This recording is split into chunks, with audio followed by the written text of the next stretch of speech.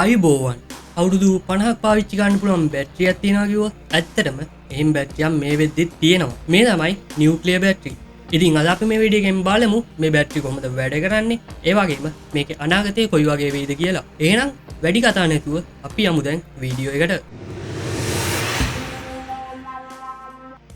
Nuclear battery කියන්නේ මොනවද? Nuclear battery කියන්නේ විදුලිය නිපදවන්න රේඩියෝ ඇක්ටිව් මැටීරියල් එකක් යූස් කරන සිස්ටම් එක. ඉතින් මේ බැටරි එක හඳුන්වන්නේ RTG කියලා. Radioisotope thermoelectric generator. ඉතින් මේ ටෙක්නොලොජි එක ආර්ටික් රිසර්ච් වලට ඒ වගේම NASA ආයතනය ස්පේස් මිෂන් වලටත් යොදා ගන්නවා. කොහොමද මේක වැඩ කරන්නේ? මේ බැටරිය ඇතුලේ තියෙන්නේ රේඩියෝ ඇක්ටිව් සබ්ස්ටන්ස් එකක්. ඉතින් මේ රේඩියෝ ඇක්ටිව් සබ්ස්ටන්ස් එක ඩිකේ වෙනකොට උෂ්ණත්වයක් රිලීස් කරනවා. ඉතින් මේ උෂ්ණත්වය තර්මෝකපල් සරහා විදුලිය බවට පරිවර්තනය වෙනවා. එක්සැම්පල් එකක් විදිහට අපි ගමු ප්ලූටෝනියම් 238. ඉතින් මේක ඩිකේ වෙනකොට පිටවන උෂ්ණත්වය තර්මෝඉලෙක්ට්‍රික් මොඩියුල් එකක් කරහා යවලා විදුලිය බවට පරිවර්තනය කරනවා. මේ සිස්ටම් එකේ මූවින් පාර්ට්ස් නැති නිසා මේන්ටේනන්ස් ෆ්‍රී. ඒ වගේම සයිලන්ස් ඔපරේෂන් එකක් ලබා ගන්න පුළුවන්. NASA සහ වෙනත් භාවිතයන්. NASA's Voyager 1, NASA Voyager 2, Precision Hygiene Mission, Curiosity rover මේ බැටරි එක නිසා තමයි මේවා වසර ගණනාවක් තිස්සේ ක්‍රියාත්මක වෙන්නේ. කාලයකට කලිනුත් ඒ කියන්නේ 1960 දී හાર્ට් පේස් මාක් වලටත් මේ නියුක්ලියර් බැටරි යොදාගෙන තිබුණා.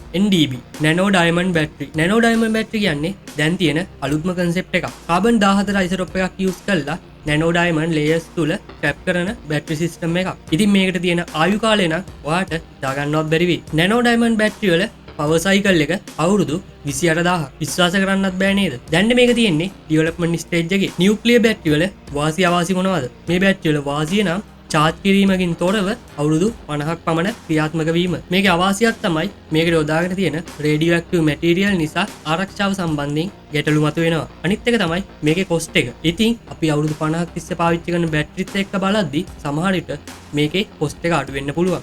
ඔයාලට තව ප්‍රශ්නයක් ඇති මේකට යොදා ගන්න මූලද්‍රව්‍ය පරිසරයට අහිත කරයි නේද කියන එක. මේකේ තියෙන රේඩියෝ ඇක්ටිව් සබ්ස්ටන්ස් එක ඩිකේ වෙමින් තමයි විදුලිය නිපදවන්නේ. ඉතින් මේක කාලයත් සමග ඩිකේ වෙලා ගිහිල්ලා අන්තිමට තම කොටසක් විදිහට තමයි පරිසරයට එකතු වෙන්නේ. අනාගත භාවිතය. අනාගතයේදී මේක ඔයා පාවිච්චි කරයිද? මේකේ රෙගියුලේෂන් සයන්ස් හරියට ඉවෝල්ව් වුණොත් අපිට ස්මාර්ට්ෆෝන් එකක්වත් charge කරන්න ඕනේ වෙන්නේ නැහැ. අපි ඉමේජින් කරමු smartphone, smart watch, car, drone වගේ ඩිවයිස් charge නොකර පාවිච්චි ගන්න පුළුවන් වෙයි කියලා. ඉතින් මේ ටෙක්නොලොජි එක ඩෙවලොප් වුණා නම් මේක පවර් ක්‍රයිසිස් එකට. ඒ කියන්නේ බල ශක්තිය අර්බුදයටත් විසඳුමක් වෙන්න පුළුවන්. ඔයාලා මේ නියුක්ලියර් බැටරි ගැන මීට කලින් අහලා තියෙනවද? ඔයා හිතනවද ඔයාගේ ජීවිත කාලය තුලදී මේ වගේ බැටරියක් යූස් කරන්න පුළුවන් වෙයි කියලා? ඔයාගේ අදහස් පල්ලෙහාන් කමෙන්ට් කරන්න. මල සිරුර වලින් රොබෝල හදන්න පුළුවන්ද? ඉතින් ඒ ගැන වීඩියෝ එකක් මම කලින් කරලා තියෙනවා. ඔයාට මෙන්න මෙතන ඒ වීඩියෝ එක බලා ගන්න පුළුවන්. ඒ වගේම ඔයා මේ වීඩියෝ එක බලන වෙලාවේදී මම දැනට කරලා තියෙන ලේටස්ට්ම වීඩියෝ එක මෙන්න මෙතන බලා ගන්න පුළුවන්.